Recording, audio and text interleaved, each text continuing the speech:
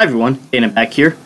Today I want to talk about retro games, specifically why I think we still play retro video games, because honestly, retro games are awesome.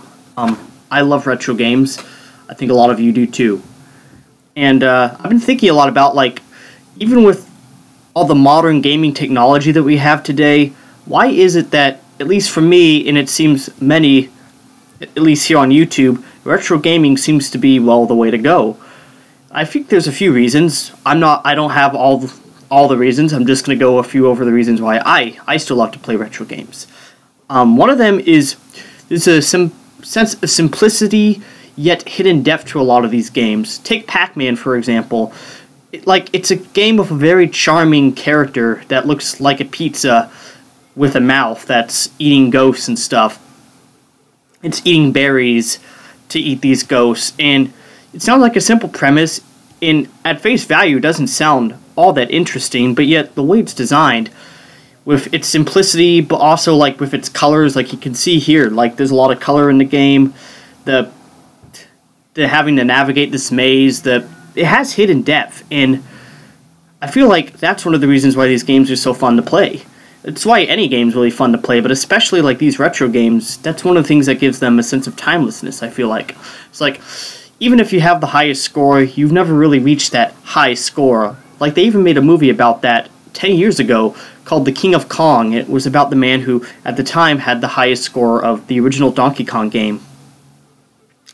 And even nowadays, there's still people trying to beat those high scores. Like, I myself, like, am addicted, especially playing games, even like, I still play games like Space Invaders. I still play Pac-Man all the time. I play Galaga. I play, of course, the original Donkey Kong.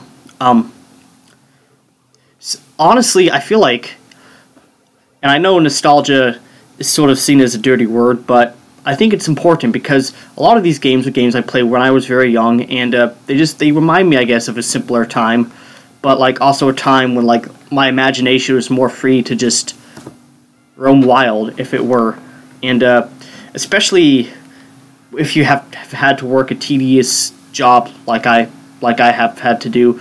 Sometimes when you have to work long hours, you get home late at night, you just want to sit back, relax. You don't want to play anything that's like super gritty, realistic. You just want to play something that's, you know, pure fun and charming, and I feel like retro games do that, especially for me. Like, that's not to say that I don't like a lot of modern games. A lot of them are great, and there are a few modern games that I really enjoy. Specifically, two of the best games of all time came out last year that I got the chance to play. Obviously, Breath of the Wild and Super Mario Odyssey. There are also other great games that I still haven't played. And, but of course, games, especially like Breath of the Wild, and for me at least, are more the exception to the rule, because most modern games, when I play them, like, it's sort of a one and done experience. Like, even if I've loved the game, like, enjoyed it, even if I thought it was a great story and like beautifully designed and stuff, it's often for me just like I beat it. I don't really have a major desire to go back to those games. Whereas with a lot of the retro games, I don't get that at all. Like, even if I've beaten them like a gazillion times, I still feel the need to go back to them. Not the need, but the desire to go back to them and keep playing them. I also need to clarify what it means to be retro, because obviously there's debate about what qualifies as retro. I'd say really anything that's of a certain, I feel like something, if it's at least 20 years old, can fit that category. So like now that would mean even the Nintendo 64, and it seems like only yesterday that was like the cutting edge thing, is retro. And for me, I feel like the golden age of retro gaming, and even gaming in general, I could make the argument in this case, I know there's debate, would be the Super Nintendo / Sega Genesis era, because that's the time when like we had these really refined games. We actually had like arcade quality games like on consoles, like games with like great cinematic stuff. But it was before gaming went 3-dimensional. But like we had these like still just incredible games that we still play to this day. Games like Super Metroid, Zelda: Link to the Past. Other games, some of which I wasn't very good at, admittedly, like Street Fighter 2. Other games, even like the original Star Fox game.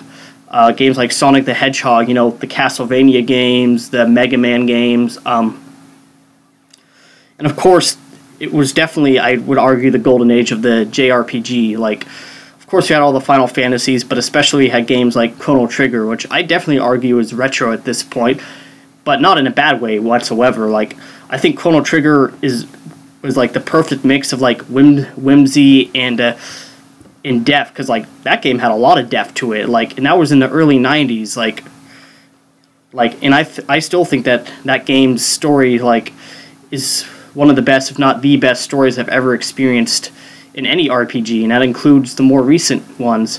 Like, even a lot of newer RPGs, I just don't get into anywhere close to how I got into Chrono Trigger back in the day. Like, and that's just because I feel like the developers of Chrono Trigger somehow just got it. Like, and that was just, I feel like that was just a particular time, and like, it's hard for me to really put into words. Like, for JRPGs, the early 90s was just sort of a magical time for that kind of game. Like, they were able to make games that were both structured yet fairly non-linear, that had deep stories but also very whimsical characters and just timeless visuals. Like, a lot of those games still look great to this day, in my opinion.